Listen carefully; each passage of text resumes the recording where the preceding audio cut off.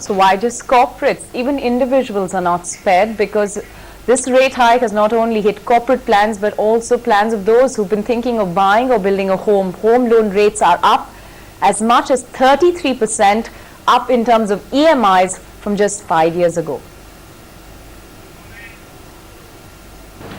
If you're looking to take a home loan or already have one, you need to rework your numbers. NDTV learns that most banks are looking to hike home loan rates, and it's not just those planning to take a new loan who should worry. Existing borrowers on floating rates will also feel the pinch. So if you had taken a loan of 20 lakh rupees for 20 years on a floating rate in 2003, when the rate was 7%, you would see your EMI swell to over 19,900 rupees at the current rate of 10.5%.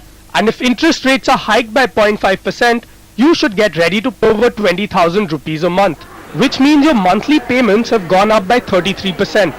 So what is the way out of this debt trap? Is to reduce your borrowing to the extent possible. I think you must use the surplus cash to repay your loans so that your EMIs can be kept in check. But this does not mean that fixed rate loans are any better, because they come with a 2% premium over floating rates, which is steep. Consumers on their part can ensure that they are not charged rates higher than rates offered for new loans. Banks on the other hand could offer longer tenures to younger home buyers. Bank will largely look from the customer perspective on his ability to pay before extending that tenor, retirement age, correct, whether you'll have flow of income. So they're looking at taking up to the maximum eligible tenor for a customer. These are tough times if you want to buy a house, and more so if you want to take a loan for it.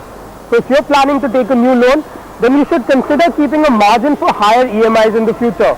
And if you've already taken a loan, then it will be worthwhile to review your plan every 6 months.